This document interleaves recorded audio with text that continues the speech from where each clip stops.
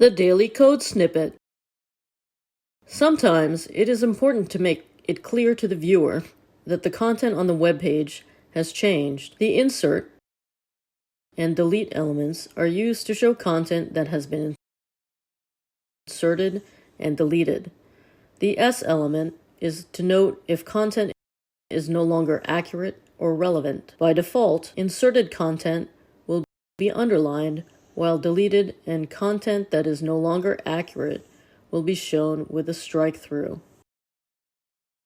In this example, it was the worst, best of times would be it was the worst with a strike through, best of times. In this example, James is the vice chairman of the group would be James is the vice with a strike through chairman of the group.